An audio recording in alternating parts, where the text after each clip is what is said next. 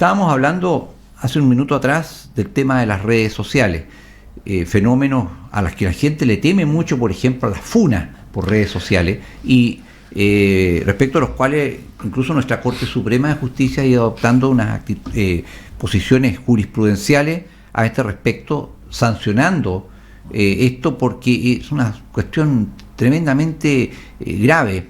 Como tú bien dijiste, es muy difícil de controlar en su fuente, porque todo esto viene, las redes sociales se manejan en grandes compañías multinacionales que están fuera del país, pero el daño lo hacen aquí a nivel local. Y me decía, por ejemplo, una persona conocida de un chat, ¿qué puedo hacer? Me suspendió Facebook mi cuenta por varias horas. Bueno, le dije, desgraciadamente, si se lo hacen al presidente de los Estados Unidos, ¿qué queda para ti? O sea, estas compañías son más poderosas que el gobierno norteamericano para hacer estas cosas. Bueno, tú estabas refiriéndote justamente a ese tema. Yo, sí, me estaba recordando un tema que efectivamente ocurrió hace un tiempo atrás, un par de años atrás, en que una niña de un colegio, simplemente fue tal la presión de los propios compañeros de curso que no encontró otra solución a su vida que quitarse la vida. Ese es el nivel de poder de las redes sociales, es ese el nivel de daño que pueden llegar a hacer. Pero no es lo único. O sea, hoy día, a través de las redes sociales se comete muchas veces el asesinato de imagen de una persona. Las redes sociales condenan a cualquier persona imputada de delito antes de haber sido juzgado. Y lo que se buscó, si ustedes recuerdan con la reforma procesal penal, reforzar, entre otras cosas, la presunción de inocencia, perdóneme, pero se fue al diablo absolutamente. Hoy día las redes sociales, se organiza un grupo y dice fulano de tal es tal cosa, o sin saber más allá se le acusa, hizo esto, y esa persona en cosa de minutos está sindicado como si fuera culpable, independientemente de lo que resuelvan los tribunales el día de mañana. Casos de legítima defensa de una persona, no voy a entrar a referirme en términos específicos a cuáles, pero muchas veces fulano de tal es un asesino porque mató a, y lo que pasó entre medio, que lo atacaron, que entraron a su casa armados, cualquier cosa, nadie toma mucha atención, sino que simplemente tratan, y a lo mejor como una tendencia natural, de ayudar o de solidarizar con el más débil, toman partido, por así decirlo, por la persona que resulta fallecida. Y sin embargo, muchas veces, yo diría las más de las veces, existen situaciones de legítima defensa que a través de las redes sociales simplemente condenan antes y se tergiversan las cosas. Sí. Mira, este tema dice mucha relación con que a través de las redes sociales y la presión que ejerces en ellas, o a través de ellas, la presión de los medios de comunicación que te muestran como a un caballo de carretera con anteojeras, que todo va en un solo sentido y que solo puedes pensar y hablar de esa manera, se está atentando contra la libertad de conciencia, se está contra la libertad de pensamiento, la libertad de expresión. Sí. Pero por eso mismo, uno de los riesgos de un totalitarismo moderno más graves que se dan hoy en día consisten precisamente en esto. En Chile no hay estudios que lo demuestren, pero sí lo hay en países como los Estados Unidos, en que mucha gente ha sido despedida de sus trabajos porque han dicho algo en las redes sociales que no está de acuerdo con la opinión de cierto sector político que le quiere imponer a la sociedad. Por ejemplo, una de las manifestaciones más claras de esta represión a través de los medios es la vulneración de la libertad religiosa, porque se está poniendo como de moda en el mundo, y también hay algunos candidatos a constituyente acá en Chile que te están hablando de que los padres no tienen derecho a llevar a los hijos chicos a su iglesia e integrarlos a la congregación de que forman parte. Esto para mí es una cuestión crucial, porque se cruza entre la libertad de conciencia, la libertad de expresión y la libertad religiosa. Primero, quiero preguntarte, tú tienes una posición al respecto, o sea, tú tienes creencias, ¿no es cierto? Sí, efectivamente, soy cristiano, Ya. soy católico, no pertenezco a ningún tipo de grupos o de organizaciones dentro de la Iglesia Católica, pero soy católico, fui bautizado dentro de la Iglesia Católica, soy practicante y fundamentalmente soy una persona cristiana. Creo en Dios, rezo, voy a misa, oro todos los días. Bueno, Y gran parte de lo que me mueve es precisamente la fe. Por lo tanto, es un tema que particularmente a mí sí me interesa.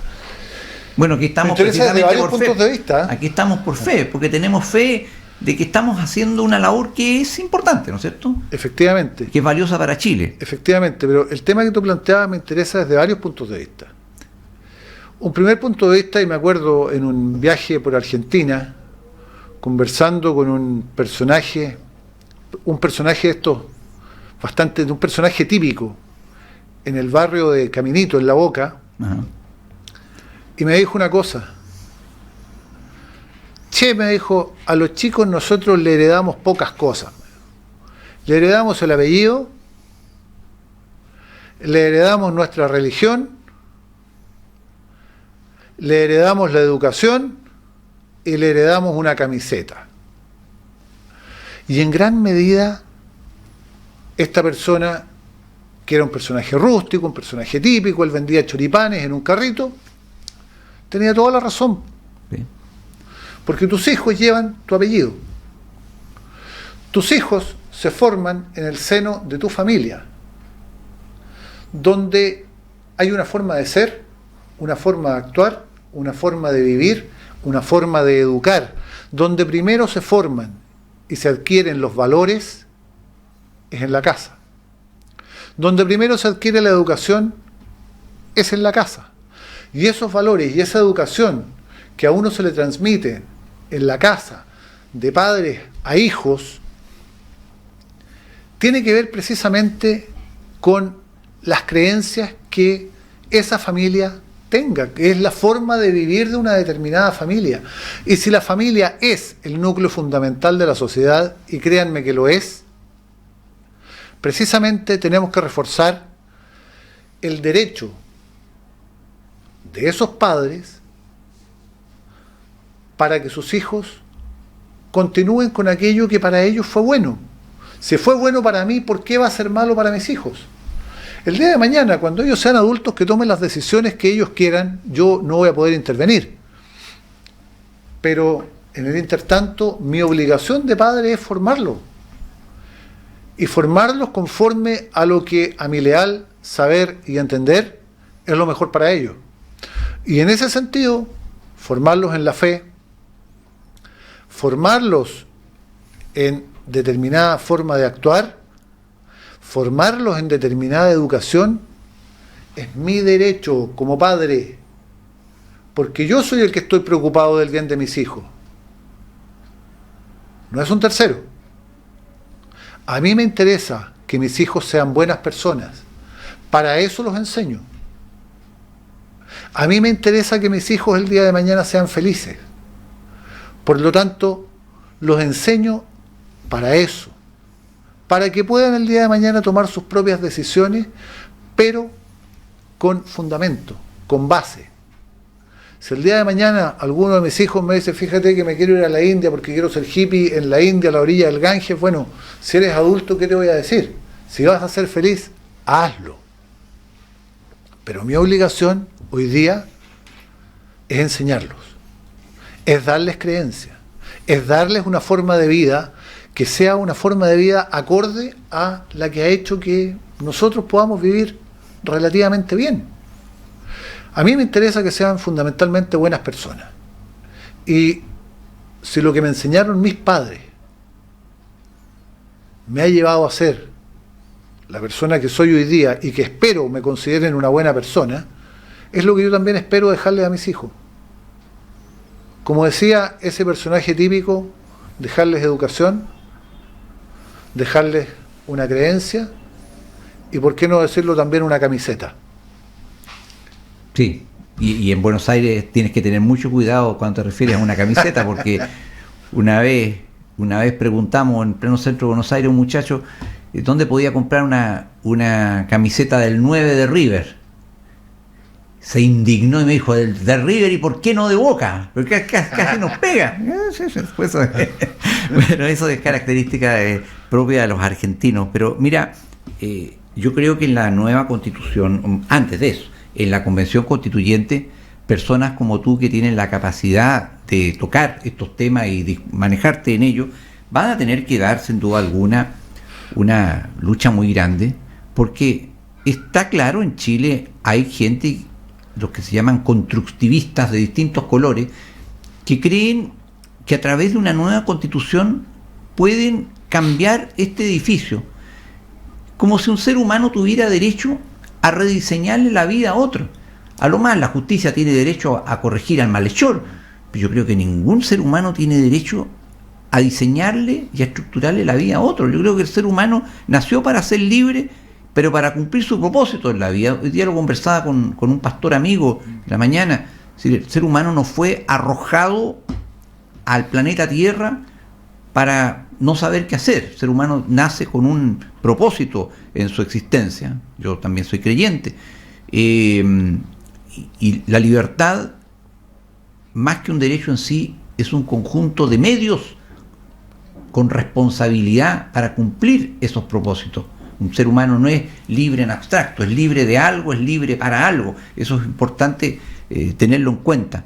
Pero yo sí creo que va a haber que hacer un trabajo muy importante en una nueva constitución, en que debe haber las menos restricciones posibles, pero sí establecerse, por ejemplo, que todas estas funas, esta cultura de la cancelación, esta intolerancia, estos atentados contra la conciencia humana y que pretenden restringir nuestras libertades, la ley, porque la Constitución no establece sanciones ni nada, pero puede decir, la ley regulará esto, la ley sancionará cualquier atentado a esta materia.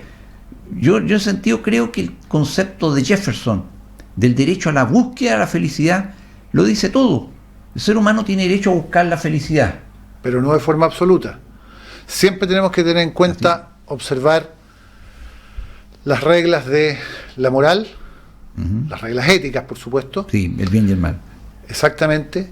Y por supuesto también el derecho ajeno, el derecho de los otros. Una regla fundamental, señora, señor, de la democracia, y que tenemos que cuidarla, porque la democracia es tremendamente frágil. Pero una regla fundamental de la democracia es precisamente el reconocimiento del otro. Reconocer que yo no tengo la verdad absoluta.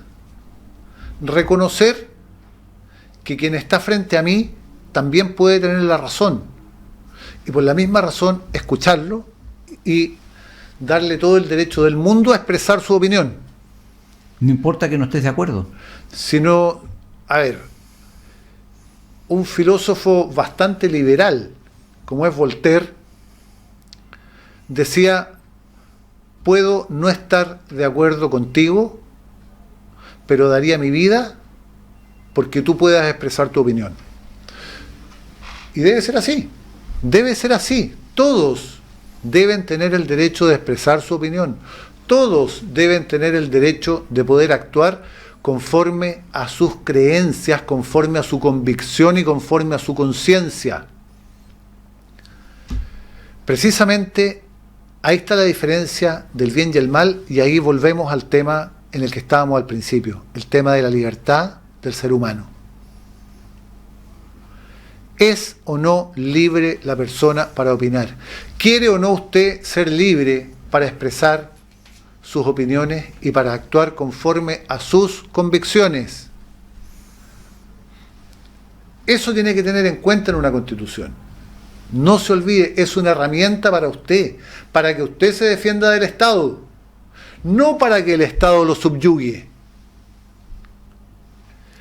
Es fundamental la libertad de conciencia. Es fundamental que una persona pueda actuar conforme a su propia convicción, conforme a sus creencias, conforme a la moral con la que se ha formado. Esto me acuerda, incluso hay una película de la Segunda Guerra Mundial que está basada en un hecho real. fue un soldado norteamericano condecorado. Él se enroló en el ejército norteamericano para ir a la guerra.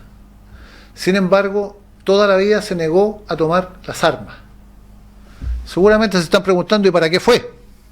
Fue como enfermero. Fue como enfermero. Al principio, mientras estaba en preparación, lo trataron pésimo. Incluso se le intentó hacer un juicio por negarse a tomar las armas.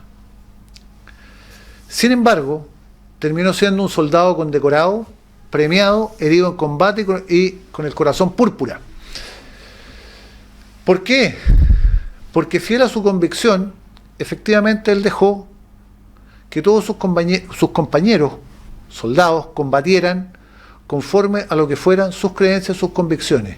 Y él dijo, no, yo no voy a tomar un arma en contra de ningún otro ser humano, pero sí me voy a dedicar a salvar a seres humanos, fundamentalmente a aquellos que forman junto conmigo.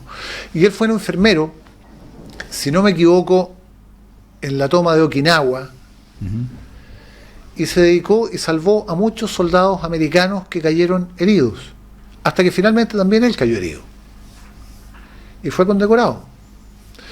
Otro caso que también hicieron una película. Él era un verdadero objetor de conciencia. Efectivamente. Pero hay otro caso que también probablemente ustedes, queridos auditores o telespectadores, se deben recordar. Y también hicieron una película y también es un hecho real. La película ya es bastante antigua, se llama Carros de Fuego. Ajá. Donde había un atleta que era el que tenía el mejor récord para la medalla de oro en una determinada prueba. Sin embargo, el día en que se corría la final, era un día que él, por su religión, por su convicción religiosa, tenía exclusivamente reservado como día de Dios. Y él se dedicaba a rezar, se dedicaba a la vida contemplativa o a lo que tuviera que ver con su desempeño espiritual. Y no corrió. No obtuvo la medalla de oro en esa prueba. Sí corrió al día siguiente en otra prueba que no era la prueba principal de él y ganó la medalla de oro. Ganó también medalla de oro. Pero sin embargo su convicción dijo, yo gano. Tengo más velocidad que todos estos otros. Pero mi convicción me impide correr este día, aunque me la pierda. El día del descanso, sí. El día del descanso, exactamente. Se perdió la medalla de oro, no la ganó, no obtuvo la gloria, entre comillas, que le habría significado esa medalla de oro, no se dejó dominar por la vanidad, sino que defendió sus convicciones. Y fue premiado el día siguiente también con una medalla de oro en la que no era su prueba más fuerte. Eso me recuerda a uno de los personajes más admirados en mi juventud, el gran Mohamed Ali, ¿te recuerdas? También. Que le quitaron el título mundial de todos los pesos porque se negó a ir a la guerra de Vietnam. Hay una película que hizo Will Smith sobre eso y lo dijo en conferencia de prensa. ¿Por qué tengo que ir a Vietnam? Decía. A mí ningún vietnamita me ha insultado ni me ha hecho negro. ¿Ah? ¿Por qué voy a ir a Vietnam? Y perdió el título mundial, se lo quitaron. Ahí tenemos otro ejemplo. Sí. Y tenemos ejemplos más cercanos y fueron criticados hace no tanto tiempo. Médicos del Hospital Clínico de la Universidad Católica, Ajá, que se negaron, aun cuando se haya aprobado el aborto por 3 causales, sin embargo ellos dijeron, yo no voy a practicar aborto de ninguna especie. Yo defiendo la vida, creo en la vida desde el momento mismo de la concepción, y por ese motivo no voy a practicar ningún aborto. Fueron muy criticados. ¿Y por qué? Si es parte de su libertad. Habrá otro que a lo mejor lo haga. Pero si está dentro de su convicción la defensa de la vida desde el momento mismo de la concepción, independientemente del motivo, yo no tengo el derecho de criticarlos. Y nadie tiene el derecho de criticarlos a ellos. Actuaron dentro de su libertad, dentro de su convicción, dentro del derecho de toda persona a obrar conforme a su conciencia. Ese es un ejemplo reciente. claro. Pero hoy día pareciera ser, cuando uno ve cierta prensa, ve tendencias de redes sociales que se quiere hacer pensar de que las personas tenemos que pensar de determinada manera, y eso es una aberración, y en la práctica se critica y se termina cancelando, como dice elegantemente, aquellos que reclaman el derecho a no estar de acuerdo. Pero por Dios, si una persona en sus convicciones, en sus opiniones, no está matando a nadie, no está robando, no está creando ningún mal, nada por el estilo, ¿por qué va a ser perseguida por eso? Esa es la esencia misma de la libertad, porque las expresiones surgen del interior, del pensamiento, y antes de eso, de la conciencia. Entonces tiene que haber un hilo conductor, porque cuando tú estás atacando una expresión, estás atacando el pensamiento. ¿Y dónde quieres llegar? Si tú eres un constructivista de carácter totalitario, a tomar el pensamiento de esa persona. Imagínate lo monstruoso que otros piensen por nosotros. Si en el fondo se trata de eso. El control mental, ¿sí? Forzado. Absolutamente espantoso y absolutamente contrario a cualquier espíritu de cualquier constitución. Si precisamente cuando hablamos de constitución, lo que tenemos que fomentar y lo que tenemos que buscar es precisamente conservar la libertad del individuo, la libertad de la persona a decidir conforme a sus convicciones, la libertad de la persona a obrar conforme a su conciencia, la libertad de la persona a no ser perturbado en lo que son sus derechos, con la sola limitación, como ya lo dije, del derecho de los demás, y con la sola limitación de la ética, la moral, e incluso la seguridad nacional. Eso es muy importante, que alguna vez se entienda, sobre todo en este país, que el derecho que uno tiene o dice tener termina donde empieza el derecho de otro. Así es. El derecho no es absoluto, es relativo a los derechos de los demás. Pero yo creo, Marcelo, que tú tienes las cosas muy claras. Y volvemos al tema del principio. Sí. Volvemos al tema del principio, volvemos a Jefferson con la búsqueda de la felicidad. Yo puedo obtener mi felicidad, pero no la puedo obtener a costa de los otros. Así es. Claro, sería absolutamente ilegítimo decir soy feliz porque soné a este otro. No puede ser a costa de hacer el mal lógico. a otra persona. No, porque el hombre es libre para el bien, no para el mal. Exacto. El mal es contrario a la libertad humana, así como la mentira también lo es. Y por eso alguien muy grande dijo una vez, la verdad os hará libre. Con consecuencia, libertad y verdad son valores, son principios que van siempre de la mano y son indisolubles. Tenemos una pesada tarea para la Constitución que viene, porque uno lee los postulados de una serie de candidatos que hay y las normas que quieren poner en una nueva Constitución, yo creo que son contrarias a la esencia misma del constitucionalismo. Es decir, cualquier tipo de norma que tienda a que tienda a limitar la libertad de las personas, a restringir la libertad de las personas, es anticonstitucionalismo. Si la esencia de la Constitución es precisamente La libertad. Como ya lo he dicho hasta el cansancio, como ya lo he dicho de manera tremendamente insistente, es precisamente la libertad de las personas, es precisamente defendernos en contra del poder del Estado, es defendernos en contra del poder de la administración, es defendernos en contra del poder de los legisladores. Cuando hablábamos recién de la objeción de conciencia, la objeción de conciencia es el derecho que tiene una persona para obrar en consecuencia, de acuerdo a lo que son sus creencias, de acuerdo a lo que son sus valores, sin que pueda ser sancionado por ello, aun cuando exista incluso una norma que vaya en contrario. No significa derogar la norma sigue existiendo, pero para ese señor no es aplicable. Bueno, de eso se trata. Estamos llegando ya al final del programa del día de hoy, y yo espero, pues, constituyente Marcelo Torche, que usted libre la buena batalla cuando esté en Santiago en esa convención, que yo creo, además, en lo personal, que va a tener un tiempo demasiado breve. Si de mí dependiera, que no depende de mí, yo extendería la labor y el tiempo de esa convención, porque estos temas son demasiado profundos y demasiado serios.